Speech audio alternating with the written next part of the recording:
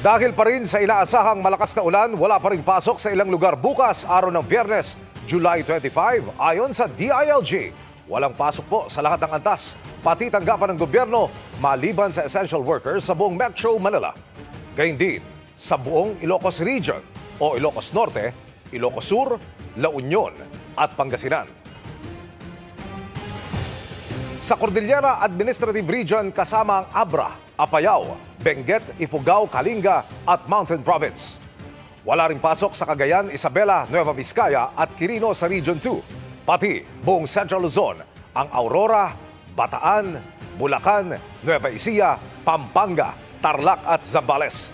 Calabarzon o Cavite, Laguna, Batangas, Rizal at Quezon. At Mimaropa o Occidental Mindoro, Oriental Mindoro, Marinduque, Romblon at Palawan. Sa Bicol Region, walang pasok sa Camarines Sur, Camarines